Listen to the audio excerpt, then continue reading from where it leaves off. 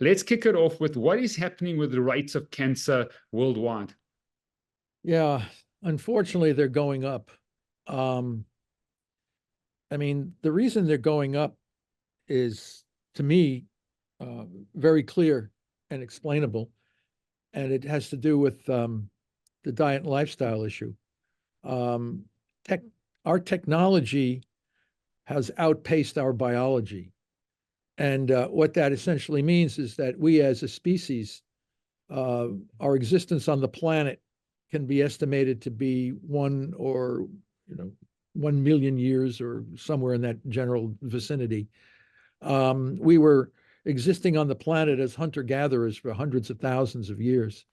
And our physiology and biology has been homed by those experiences where we needed to have a lot of activity in obtaining food and a lot of activity in the preparation of food and chasing food and just surviving, which required a tremendous amount of energy.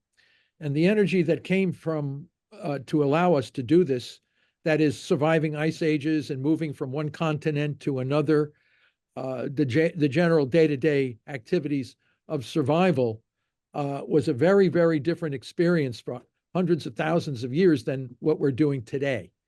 So you can clearly see by folks that live according to their ancestral ways, some of these Aboriginal tribes, where cancer, the late humanitarian physician Albert Schweitzer studied cancer in African tribes, and it was very, very rare. People who saw Inuits or Eskimos, they saw cancer being very rare. And then within a short period of time, a few generations, you have an explosion of all kinds of chronic diseases.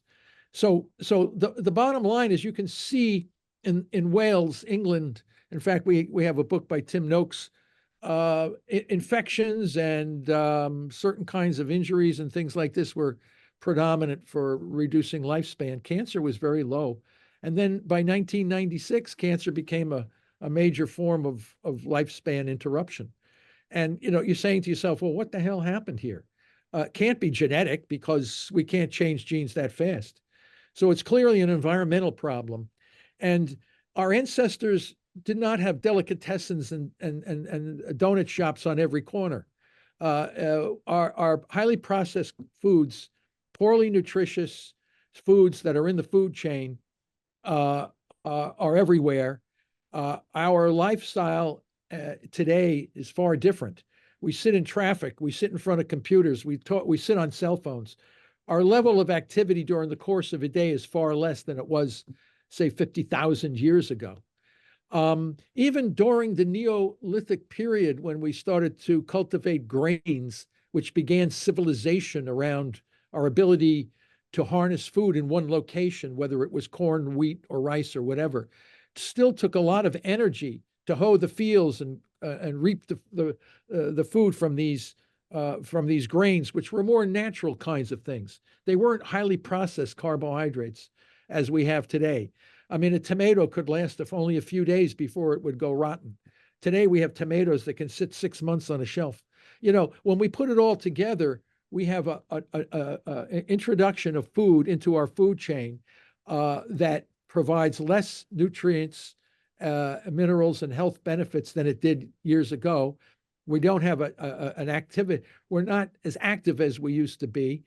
You put all that together, and you get an explosion of chronic diseases, cardiovascular disease, diabetes, obesity, cancer, macular degeneration, dementia. You can put it all together. And what we have is a rapid advance in technology, but a much, much slower catch up in our biology. And we're paying the price.